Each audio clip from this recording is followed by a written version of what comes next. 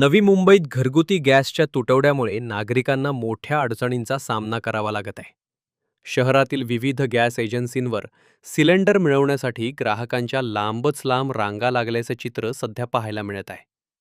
आखाती देशांमध्ये सुरू असलेल्या इराण-इस्रायल संघर्षाच्या पार्श्वभूमीवर भारतात येणाऱ्या खनिज तेल आणि नैसर्गिक वायूच्या पुरवठ्यावर परिणाम झाल्याची माहिती समोर येत आहे.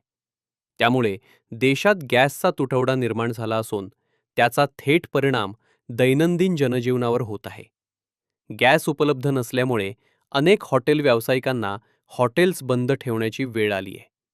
तर घरगुती गॅस मिळवण्यासाठी नागरिकांना एजन्सीसमोर तासनतास रांगेत उभे राहावे लागत आहे. त्यातच सिलेंडर बुकिंगचा कालावधी वाढवण्यात आल्याने ग्राहकांमध्ये गोंधळाचे वातावरण निर्माण झाले आहे. आखाती देशातील युद्धाचा परिणाम आता देशातील सामान्य नागरिकांपर्यंत पोहोचत असून रोजच्या स्वयंपाकाचाही प्रश्न निर्माण झाल्याची भावना नागरिकांकडून व्यक्त केली जात आहे. 9 वाजल्यापासून आलेली आहे मी. काय मोदी पण जाऊ देत नाही. मी आली मला बाहेरच काढतात आहे. मी किती वेळ उभी राहिली. कामाची सुट्टी करून आलेली. काम तर व्हायला पाहिजे ना, माझं काम पण नाही होते. बाटल्याचं बुकिंग करायचं होत नाहीये. काय सांगते ते सांगतात अजून 2 दिवसांनी या.